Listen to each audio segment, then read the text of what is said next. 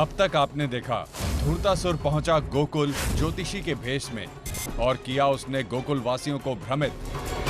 दानव धूर्तासुर ने दिखाया अपना असली रूप, किया गोकुल के खेतों को नष्ट। मैं बर्बाद हो गया नंद जी, मेरी फसलें जलकर नष्ट हो गई नंद बाबा। और दी चुनौती ध्रुदेव को।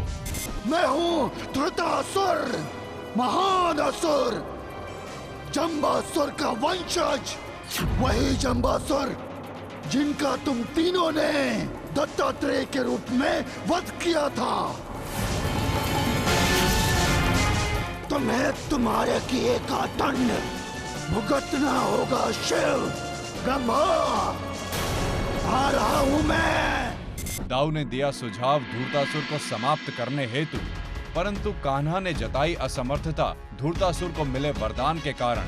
धैर्य दाऊ धैर्य, इस बार हमारा शत्रु शक्तिशाली होने के साथ ही चतुर भी है। माया का प्रयोग वो बड़ी कुशलता से कर सकता है। वो अपनी शक्ति से किसी को भी वश में कर सकता है। और ज्योतिषी ने किया गोकुल वासियों को भ्रमित। अपनी समस्त जमा पूंजी को एक पात्र में रख दो और उस पात्र को अपने सर पर रखकर अपने घर की दक्षिण दिशा की ओर प्रस्थान करो। और ज्योतिषी ने चली अपनी अगली चाल। सुबल के पिता के बाद बनाया कीर्ति देवी को अपना निशाना। तुम अपने घर में पड़ी सभी मूल्यवान वस्तुएं, आभूषण, स्वर्ण मुद्राएं हैं, उन्हें एकत्रित कर एक पात्र में डाल दो और उस पात्र को लेकर अपने निवास स्थान के दक्षिण दिशा की ओर प्रस्थान करो। मार्ग में एक नदी आए, उस नदी के तट पर उस पात्र को गाड़ देना, अन्यथा आने वाले 3 दिनों में तुम निर्धन हो जाओगी।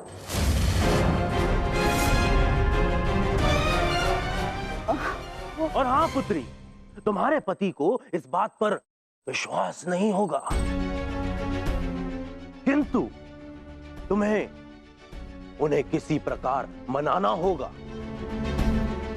तुम्हारे पति का नाम वृषभान है ना? हाँ हाँ, परंतु महात्मन, वो मेरी बातों पर कैसे विश्वास करेंगे? ये हम नहीं जानते, किंतु तुम्हें अपने परिवार के सुख की प्राप्ति के लिए किसी प्रकार अपने पति को मनाना होगा। कल्याण हो।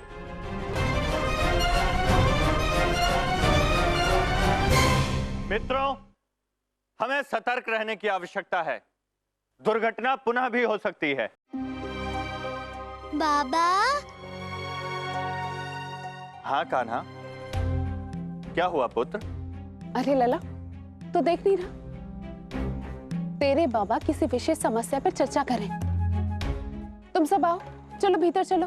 यशोदा, बालकों को यहीं रहने दो।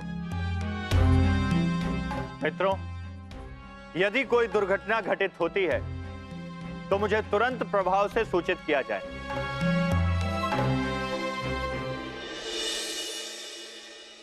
यशोदा, मैं ग्राम का प्रमुख अवश्य हूं, किंतु इसके साथ साथ मैं कान्हा का बाबा भी हूं और बाबा का उत्तरदायित्व निभाना मेरा परम कर्तव्य है। बालकों की जिज्ञासा को शांत करना अति आवश्यक है। तुम भी बैठो। पुत्रों, आओ बैठो।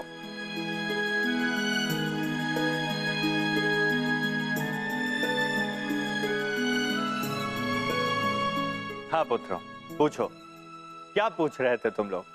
बाबा, आप सुबल और सुदामा को बताइए कि यदि लक्ष्मी को हम सर पर रखते हैं तो लक्ष्मी भाग जाती है। आपने ही बताया था ना मुझे। पुत्र, किंतु तुम्हें ये जानने की क्या आवश्यकता है? क्या तुमने भी लक्ष्मी को मस्तक पर रखा है? नहीं बाबा, हुआ यूं कि सुबल के बाबा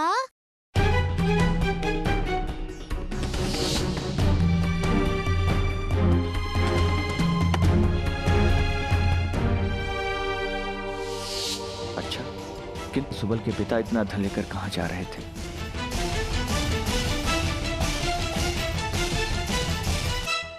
हाँ, वैसे कान्हा सत्य ही कह रहा है। यदि लक्ष्मी को मस्तक पर रखा जाए तो लक्ष्मी चली जाती है, और यदि लक्ष्मी को चरणों में रखा जाए तो लक्ष्मी का निवास घर में होता है, और यदि लक्ष्मी को गोद में रखा जाए तो पुत्र की प्राप्ति होती है, और यदि लक्ष्मी को हृदय में रखा जाए तो सभी मनोकामनाएं पूर्ण होती। लगता है तुम्हें मेरी बातों पर विश्वास नहीं हो रहा है। अच्छा, अब एक प्रश्न का उत्तर दो। लक्ष्मी की आवश्यकता क्यों होती है? हाँ, हमें धन की आवश्यकता वस्त्र और अन्न के लिए होती है। हाँ पुत्र, बिल्कुल उचित कह रहे हो।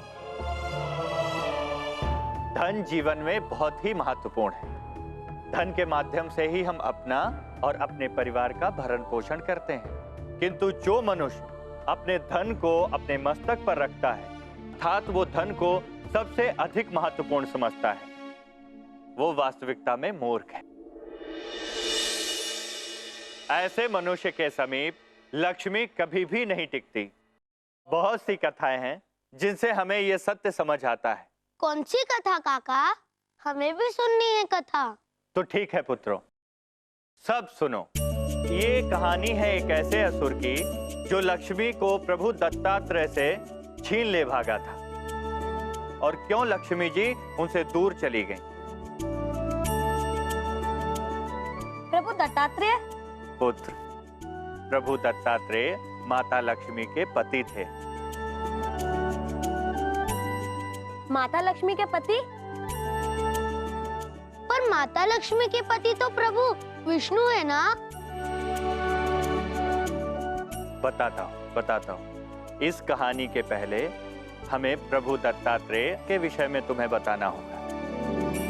बहुत समय पहले की बात है। एक समय एक महान ऋषि इस पृथ्वी पर हुए। उनका नाम था ऋषि अत्रि। ऋषि अत्रि अपने आश्रम में अपनी पत्नी अनुसुईया के साथ रहते थे। देवी अनुसुईया बहुत ही धर्मपरायण पत्नी थी,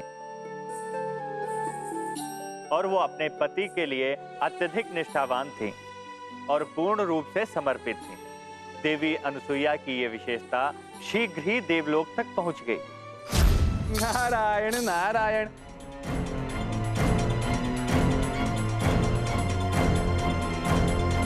प्रणाम त्रिदेव। प्रणाम। धन्य हो गए हम जो त्रिदेव के दर्शन हमें एक ही स्थान पे हुए। कहिए मुनिवर, क्या समाचार लाए हैं? नारायण नारायण। प्रभु, इन दिनों समस्त देवलोक में ऋषि पत्नी अनुसुईया की चर्चा है। उनके निष्ठा की चारों ओर चर्चा है। और प्रभु, ये सत्य हमने तभी स्वीकारा जब हमने स्वयं उन्हें अपने नेत्रों से देखा। उन जैसी स्त्री हमने आज तक अपने जीवन में कहीं नहीं देखी। उन जैसी पतिव्रता स्त्री समस्त संसार में हो ही नहीं सकती। प्रभु, अब हमें आज्ञा दे त्रिदेव। यदि इस विषय में हमें और कोई चर्चा सुनने में आए तो हम आपको अवश्य बताएंगे। नारायण नारायण। त्रिदेव नारद मुनि से देवी अनुसुईया के विषय में जानकर अत्यंत प्रभावित हुए।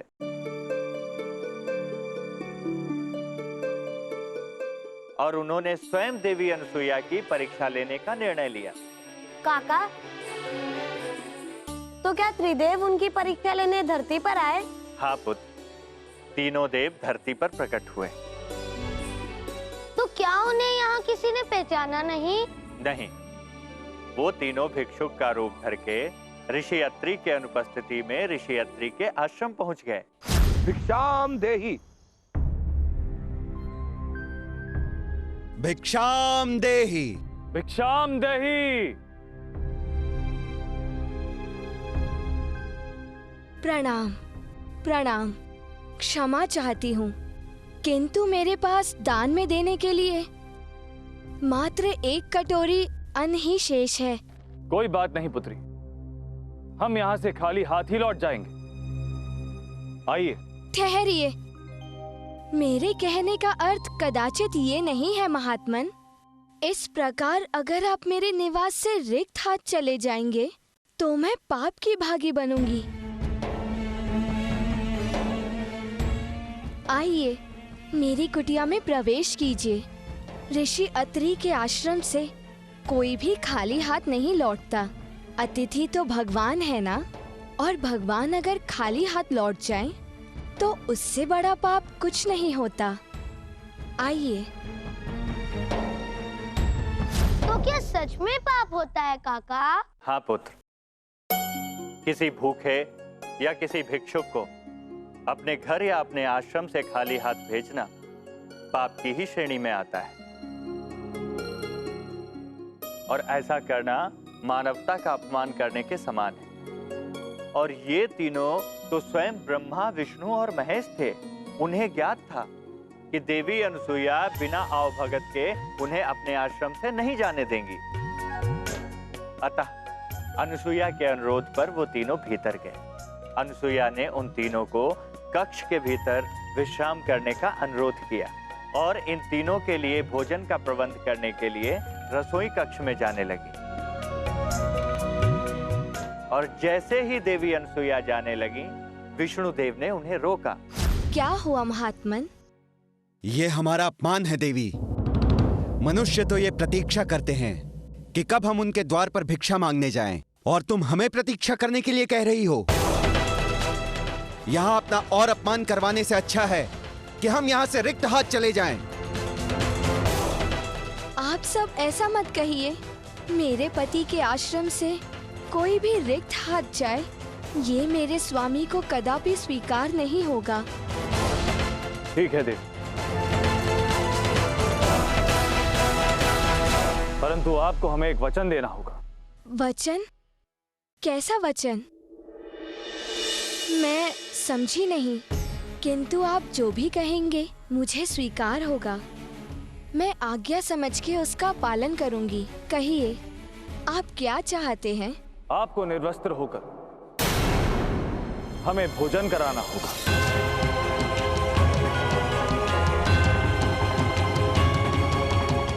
ये आप क्या कह रहे हैं महात्मन? मैं एक ऋषि पत्नी हूँ। ये हमारी आज्ञा है, और यदि ये तुम्हें अस्वीकार है तो फिर हम यहाँ और नहीं रुकेंगे।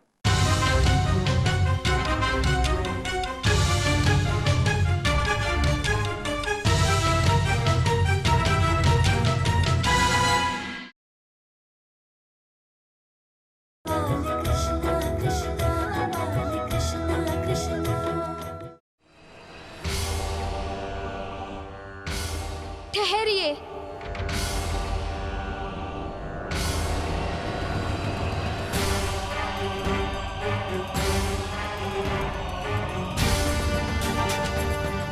मुझे आपकी आज्ञा स्वीकार है।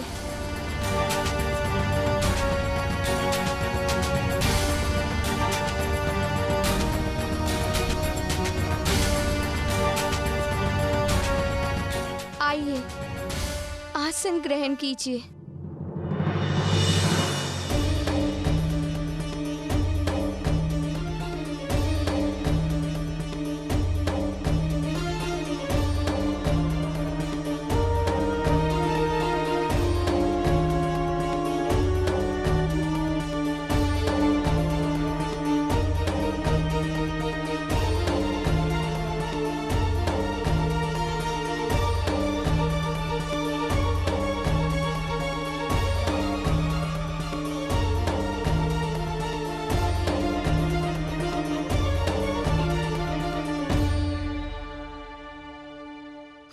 क्या हुआ काका? और फिर एक चमत्कार घटित हुआ।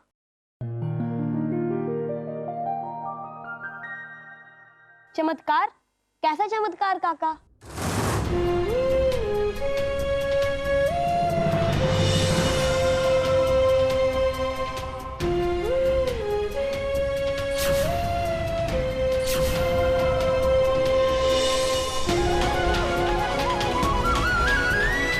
शिशुर? हाँ, देवी अनुसुईया ने आज्ञा का पालन करने के लिए तीनों देवों को शिशु के रूप में परिवर्तित कर दिया। अतः उन्हें अपना स्तनपान करवाया। इस प्रकार से देवी अनुसुईया ने ऋषि धर्म के साथ साथ अपने सतीत्व से निभाया और त्रिदेव की क्षुधा भी शांत की। ये तो बड़ी ही अद्भुत कथा है काका। किंतु इस कथा से प्रभु दत्तात्रेय का क्या संबंध है? और जब ऋषि अत्रि घर लौटे। प्रणाम मुनिवर। प्रणाम। स्वामी, आज ये तीनों महापुरुष हमारे आश्रम में भिक्षा के लिए उपस्थित हुए हैं।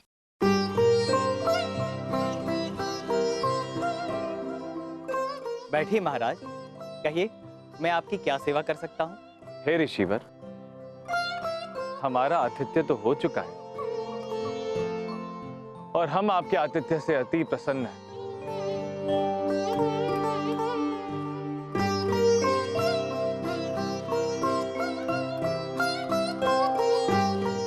हम तीनों मिलकर आपको कुछ देना चाहते हैं।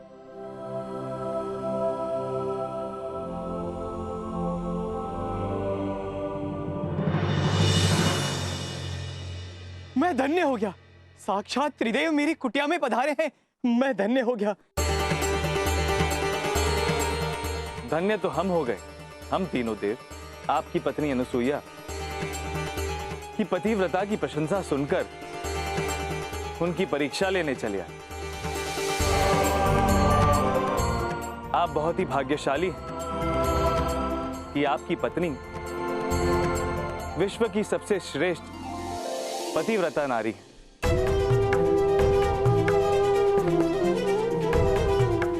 अतः आज से ये देवी अनुसुईया के नाम से समस्त जग में सहस्त्र वर्षों तक प्रसिद्ध होंगे। हम भी तुम्हें कुछ देना चाहते हैं। ब्रह्मा, विष्णु और महेश ने ऋषि दंपति को वरदान के रूप में एक अत्यंत ही तेजस्वी संतान दी।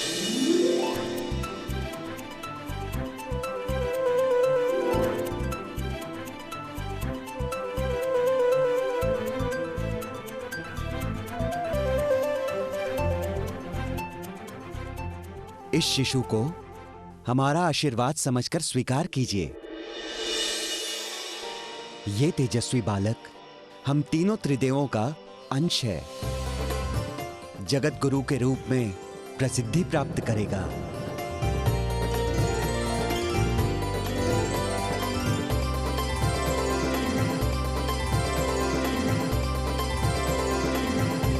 और फिर आगे चलकर इस बालक का नाम दत्ता रखा गया, और जिसका अर्थ होता है देने वाला।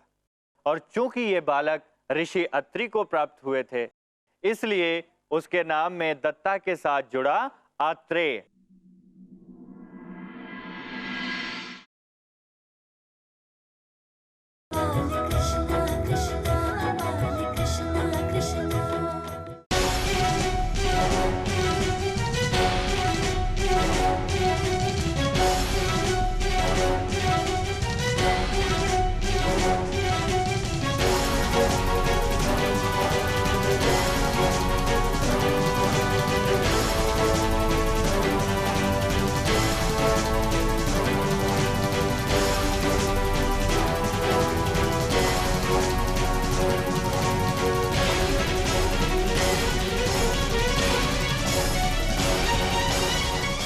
मुझे क्षमा करना आर्य, मैं आपको सत्य बताने का साहस नहीं कर पा रही हूँ, किंतु ये बात अवश्य है कि मैं अपने परिवार की खुशी के लिए उस सिद्ध पुरुष की बात को अवश्य मानूंगी।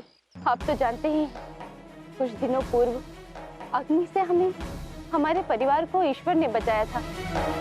अब मैं अपने परिवार पर कोई भी कष्ट, विपत्ति या संकट नहीं आने दूंगी। हाँ, ये वृक्ष इसका चिन्ह बनेगा। मैं यही मटका गाड़ देती हूँ।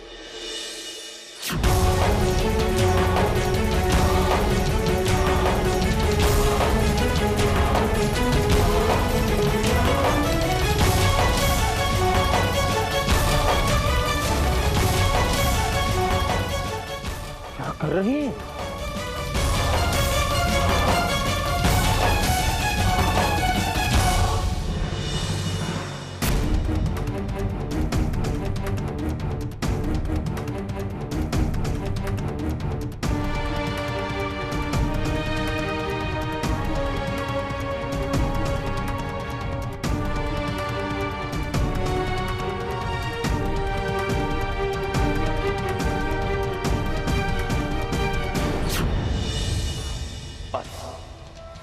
पूरा गोकुल लक्ष्मी वही हो जाएगा। अब आएगा आनंद जब पूरा गोकुल तड़पेगा, लड़ेगा और लड़कर मर जाएगा। कान्हा, तुम्हारी लीला समाप्त। अब तुम्हारे गोकुल की विनाश लीला का आरंभ होगा।